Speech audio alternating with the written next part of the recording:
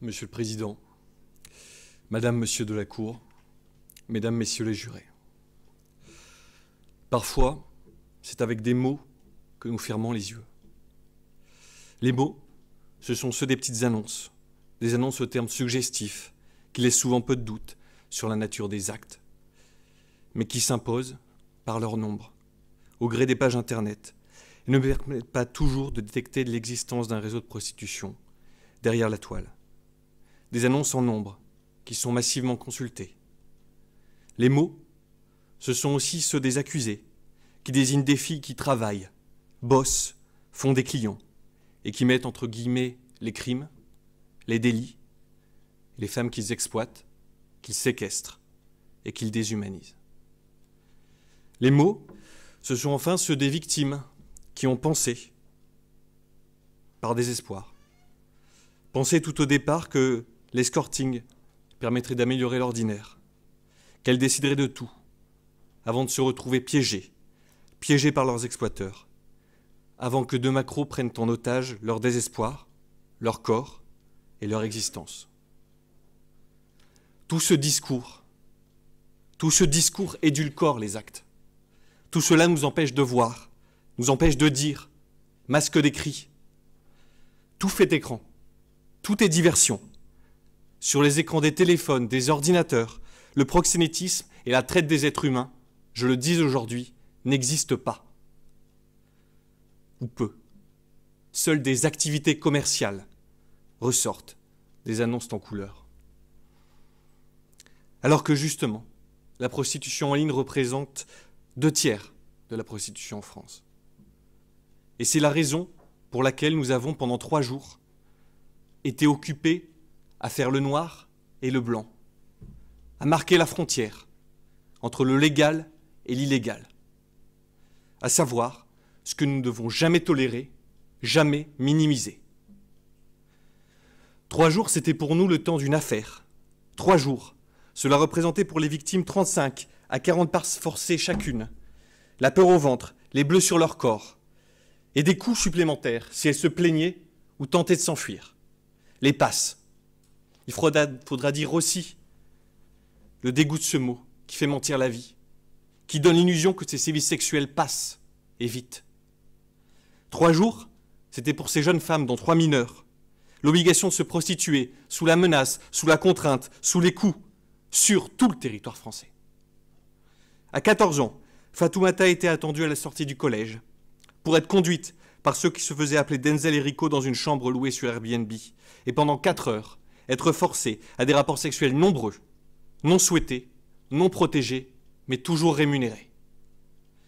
À 16 ans, Jaël devait quitter le foyer tous les jours pour une cadence toujours plus effrénée de ses rapports forcés. Désobéir aux ordres donnés par ses macros, c'était prendre le risque de finir défiguré. Le nombre de rapports par jour que lui imposaient ces mêmes Denzel et Rico lui était rappelé par le biais d'une messagerie cryptée. Avec une unité psychologique de 3 mois, pour Jaël, augmenter les cadences, c'était aussi et surtout augmenter les sévices. À 17 ans, à 18 ans, Marie et Liam ne souriaient pas, sauf sur les photographies, des annonces en ligne, sous la menace de leur macro, de divulguer des vidéos intimes à leur famille et à leurs amis. Elles cédaient au même chantage pour la prostitution. Elles n'ont jamais rien décidé, sauf désobéir, sauf obéir et se taire, et uniquement par la peur. Les prénoms des victimes, dont certaines n'ont pas constitué partie civile par peur de représailles, aujourd'hui je les prononce avec respect. Je veux leur rendre une dignité à ces femmes, je veux leur rendre une existence. Ces prénoms, d'ailleurs, je les apprends peut-être aux accusés, qui ont pris grand soin de ne jamais les mentionner en procédure, en rajoutant l'offense aux crimes et aux délits. Sur Internet, ils donnaient à ces jeunes filles différents pseudonymes, étant pour eux interchangeables, n'ayant d'existence que par fonction et de fonction que par objet. Car pour tout dire, sans nom fixe, sans réseau social, sans identité, il n'y avait pas d'être humain. Il y avait du bétail et une ligne comptable. Livrées aux annonceurs, elles étaient précisément cela, des objets et des produits vendus en ligne. Et les seules volontés qui étaient prises en compte pour Denzel et Rico, c'était celles des clients qui payaient. Cette réalité crue dans cette affaire, nous l'avons découverte sur le tard. Il a fallu un malheureux hasard et un cœur à l'arrêt, celui d'un père qui, un jour, s'est figé. S'est figé sur le visage de sa fille, sur une photo publiée par un site de rencontre, proposant des massages intenses, assurant une détente absolue. Ces mots-là, encore, ceux de l'annonce, cachaient mal l'horreur du trafic auquel elles étaient livrées. L'horreur des lits souillés, des chambres sordides, des rapports forcés. L'annonce en ligne et le Mac derrière la porte. Un programme auquel personne n'a consenti librement. Un cycle commencé il y a 2 ans, lorsque Mohamed K, Denzel et Eric V, Rico, ont fait un autre choix de carrière et ont abandonné le trafic de stupéfiants pour celui du proxénétisme aggravé et de la traite des êtres humains. Selon eux, plus rémunérateur et moins risqué. À 21 et 23 ans, ces 2 jeunes gens étaient déjà condamnés par la justice française pour d'autres faits, mais déjà avertis par elle. Et ils ont choisi d'aboutir leur professionnalisme de caniveau en organisant leur filière de prostitution en ligne. Asservir, avilir, s'enrichir, c'était le programme de leur start-up. Sans aucune considération pour les personnes, puisque c'était précisément ça leur fonds de commerce. Louer des corps à l'usage. On aurait tort de croire, d'ailleurs, que ces 2 accusés, jeunes majeurs, n'ont pas réfléchi, qu'ils sont tombés dans le proxénétisme des cités par un effet d'aubaine, parce que la prostitution avait l'avantage, peut-être, contre les stupéfiants, de ne pas impliquer de matière à stocker. Je ne le crois pas. Vous ne devez pas y croire non plus. Ce serait minimiser les faits. Ce serait ne pas dire les choses. Ne pas dire que l'aubaine, c'était exploiter des filles perdues, en rupture de la société. Ne pas dire que l'aubaine, c'était séquestrer, battre, violer par destination. Tout a été réfléchi. Tous leurs actes étaient conscients, pensés, pesés. Et c'est aussi parce qu'ils ont choisi de passer du trafic de produits au trafic d'êtres humains avec une si grande légèreté qu'ils sont si condamnables. C'est en exploitant sexuellement Fatoumata, Jaël, Marie, Liam qu'ils avaient pris le soin de rendre encore plus vulnérables, avec le chantage, les violences et les menaces que j'ai rappelées, qu'ils se sont rendus coupables de traite des êtres humains, aggravés, sur plusieurs personnes, sur mineurs, et dont votre cour a à connaître aujourd'hui, ce qui constitue aussi une violation grave des droits de l'homme. C'est en mettant à l'isolement et en relation des jeunes femmes avec des tiers, dans le but de leur soutirer des rapports sexuels les 10 000 € hebdomadaires de revenus qu'ils tiraient de cette activité, qu'ils se sont rendus coupables des faits de proxénétisme aggravé, avec l'utilisation d'un site internet, avec ces annonces en ligne. Et c'est pour ces 2 comportements différents qu'Éric V et Mohamed K sont poursuivis aujourd'hui devant vous. Pour 2 infractions non pas concurrentes, mais bien complémentaires, et la traite des êtres humains aggravée et le proxénétisme aggravé. Et c'est dans les conditions que je viens vous exposer que ces accusés ont construit leur système grâce à une gestion et une logistique opérationnelle éprouvée, permise par les applications téléphoniques mobiles, les réseaux sociaux et les plateformes en ligne. Et cet usage des plateformes en ligne, ce n'est pas seulement une des circonstances aggravantes du proxénétisme. C'est également l'élément principal de la complicité de proxénétisme aggravé, au titre duquel est poursuivi aujourd'hui devant votre cour le principal site internet qui hébergeait ces annonces. C'est aussi la preuve de la déloyauté de ces plateformes d'annonces, qui facilitent la prostitution déguisée et qui en tirent profit en faisant payer des annonces qu'elles prétendent avoir modérées. C'est d'ailleurs l'argument principal de l'annonceur qui comparaît aujourd'hui devant vous et qui ose dire que le contenu des annonces ne lui appartient pas. Et vous saurez, face au nombre de ces annonces, face à la nature des photographies qui les accompagnent, à quel point il fallait fermer les yeux avec les mots pour ne pas y voir de la prostitution. Cette prostitution en ligne, c'est encore la manifestation d'un discours qui fait que prospère, avec viralité, sur les réseaux sociaux, sur les sites de rencontres, cet archaïsme du maintien des corps, des rapports sexuels dans le champ du marché. Aujourd'hui, je vais vous parler contre cette hypocrisie, contre le silence, au nom de l'intérêt général que je représente, alors que la transparence de notre société exige de nous tous d'être cohérents avec nos principes et avec nos actions. Derrière les principes, derrière les actions, il y a la loi pénale. Et à vous, pour vous, une mission, celle de juger des faits établis, juger des hommes et leurs moyens.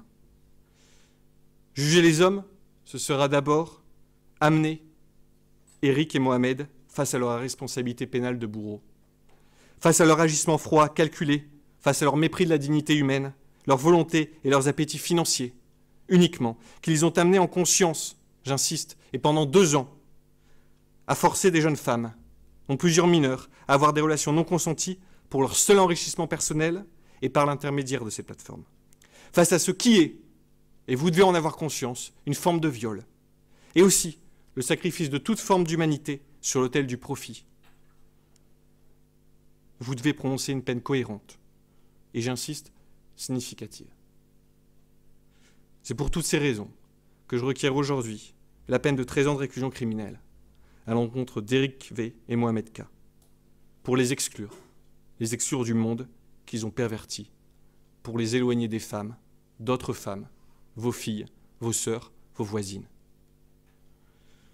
Et pour que le crime ne paie pas, je vous demande également d'ordonner la confiscation des biens ayant servi l'infraction et étant le produit de l'infraction, et qui sont actuellement placés sous scellé.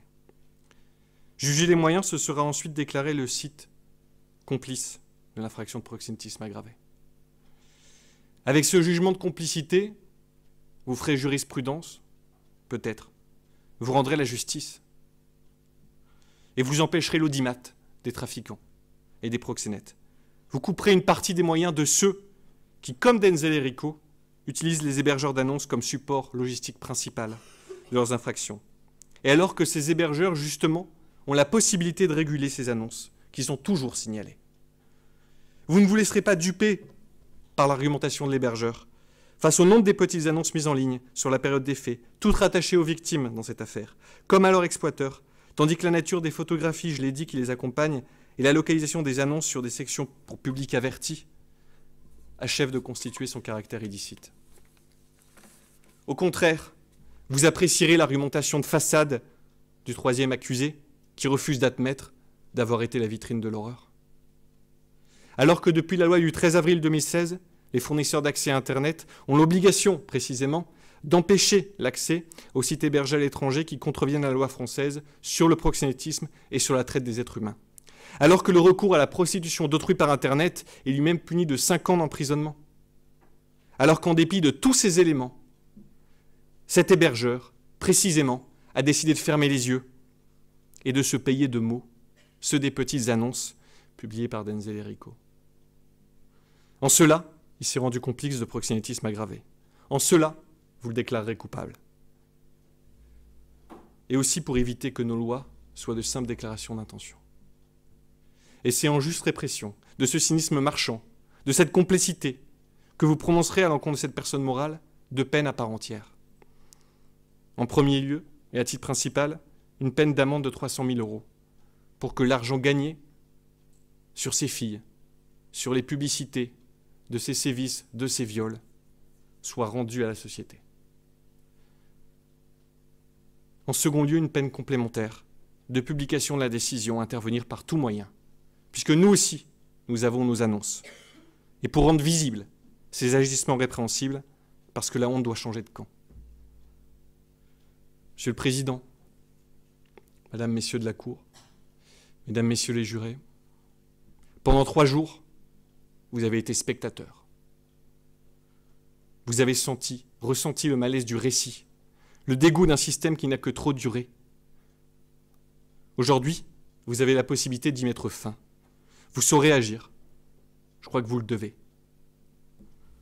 Pour le respect de la loi et pour toutes celles et ceux qui aujourd'hui subissent le pire au moment où je vous parle.